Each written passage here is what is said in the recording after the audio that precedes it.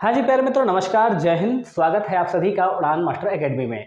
जैसा कि आप सभी जानते हैं कि बीपीएससी के द्वारा जो शिक्षक भर्ती निकाली गई थी 7th फेज की, उसका एग्जाम आपका 24, 25 और 26 अगस्त को हुआ था। और उसका पेपर के लेवल को थोड़ा ध्यान में रखते हुए उसकी कट ऑफ के बारे में थोड़ा पहले से अनुमान लगाना बड़ा कठिन लग रहा था। लेकिन बाद में कैसा हुआ कि जब आंसर की आई तो उसमें कुछ और आपको नई चीज़ें आपको देखने को मिली कि आंसर की में कुछ चीज़ें ऐसी हैं कि आपने सोचा कुछ और था और आपके सामने उपस्थित कुछ और हुआ। तो कट ऑफ के बारे में अच्छे से आप तुलना नहीं कर पा रहे थे, आप कुछ अच्छे से अनुमान नहीं लगा पा रहे थे कट ऑफ कितनी जाएगी। उसके बाद में आपने कल ही देखा कि प्राइमरी से बीएड को बाहर कर दिया गया है।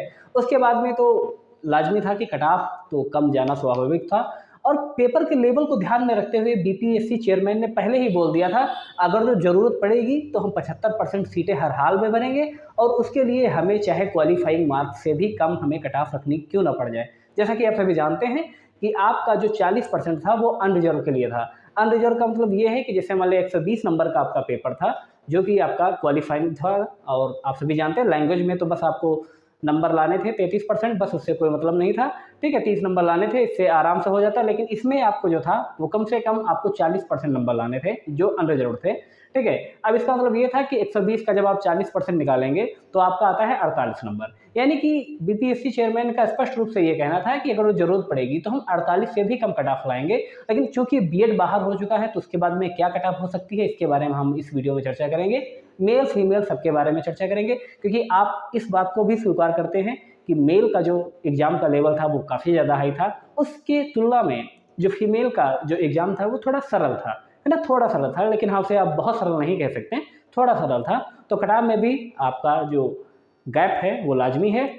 और आप ये भी जानते हैं कि 50% सीटें जो हैं वो महिलाओं के लिए आरक्षित हैं बीपीएससी के एग्जाम में, तो इसका भी आपके कट ऑफ पर असर पड़ेगा। तो आइए देखते हैं, आपको सब कुछ इस वीडियो में बताएंगे। और आप सभी जानते हैं कि एक नई वैकेंसी आपकी आने वाली है फिर से आपके 1 लाख प्लस पदों पर। उसके बारे में हम नेक्स्ट वीडियो में चर्चा करेंगे। इस वीडियो में हम कट ऑफ के बारे में चर्चा करेंगे।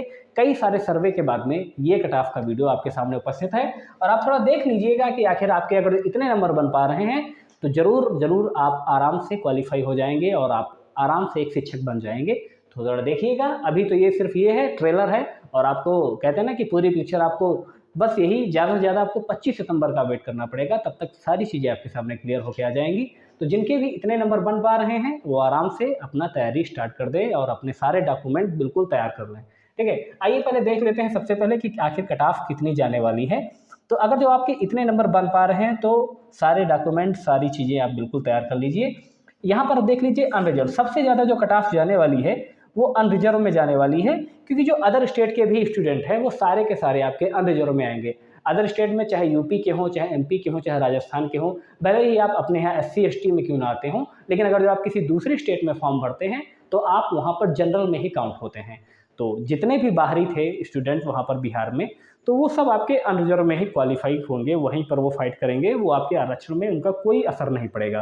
ठीक है, तो यानी कि अनरिजर्व की कट ऑफ तो ज़्यादा लाजमी है, लेकिन फिर भी आप इतना मान के चलिए कि पेपर का लेवल इतना हार्ड था, उसके आधार पर ये कट ऑफ आपके सामने है। अनरिजर्व में जिनके 48 प्लस भी हैं, यानी कि केवल क्वालिफाइंग मार्क भी हैं, वो भी अपने डॉक्यूमेंट पूरे तैयार कर लें। और ईडब्ल्यूएस में जिनके 44 प्लस नंबर हैं वो आराम से अपने सारे डॉक्यूमेंट क्लियर कर लें, क्योंकि एक भी गलती आपकी बाहर हो जाए आपको बाहर कर देगी। आपके सारे डॉक्यूमेंट जो हैं वो बिल्कुल कहते हैं ना कि कोई भी फर्जीवाड़ा वहाँ पे नहीं चल रहा, आप देख भी पा रहे हैं, लगातार न्यूज़ भी आपके सामने आ रही है।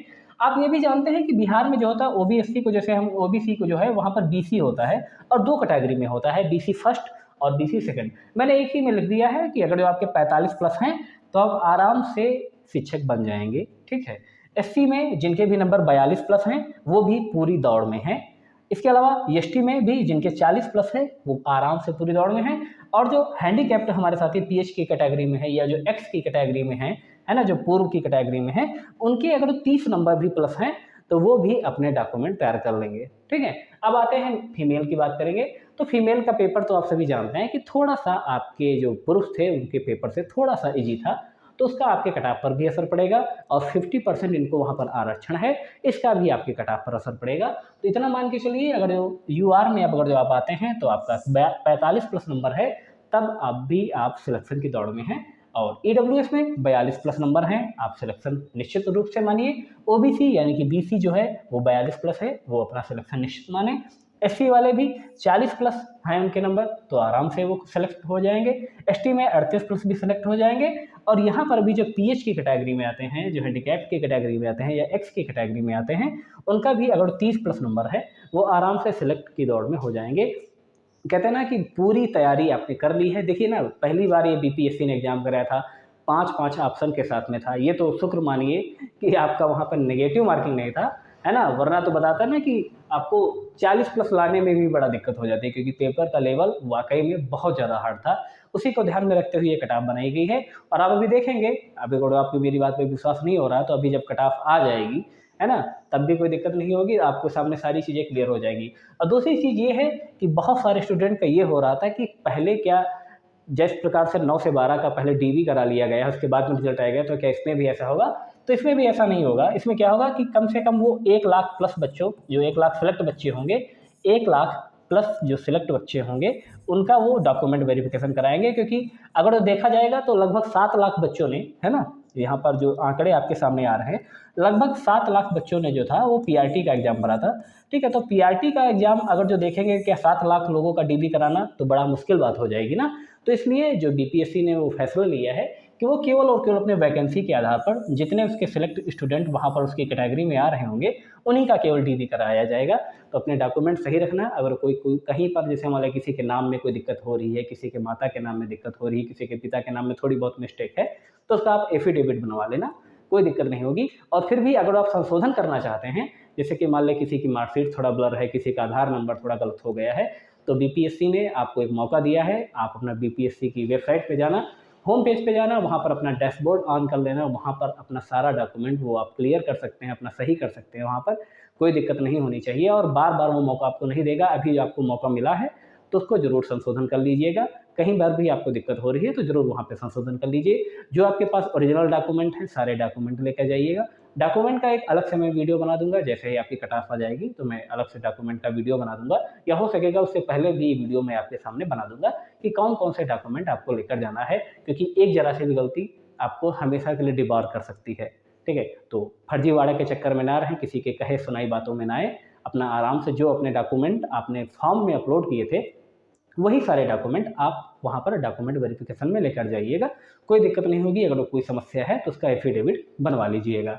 और यही बात है कि जो 9 से 12 का उनका डीवी हो चुका है, और जो नहीं हुआ है तो पीआरटी का नहीं हुआ, पीआरटी का नहीं भी होगा। आपका जब रिजल्ट आ जाएगा उसके बाद में इसका डीवी कराया जाएगा। जितने भी सिलेक्ट स्टूडेंट होंगे उन्हीं का डीवी कराया जाएगा। ठीक है, तो उम्मीद करते हैं आपको वीडियो पसंद आया होगा। वीडियो पसंद आया हो तो जरूर चैनल को सब्सक्राइब कर लें मित्रों, दोस्तों में शेयर कर दें, और कोई भी डाउट हो तो कमेंट करिएगा। धन्यवाद मित्रों।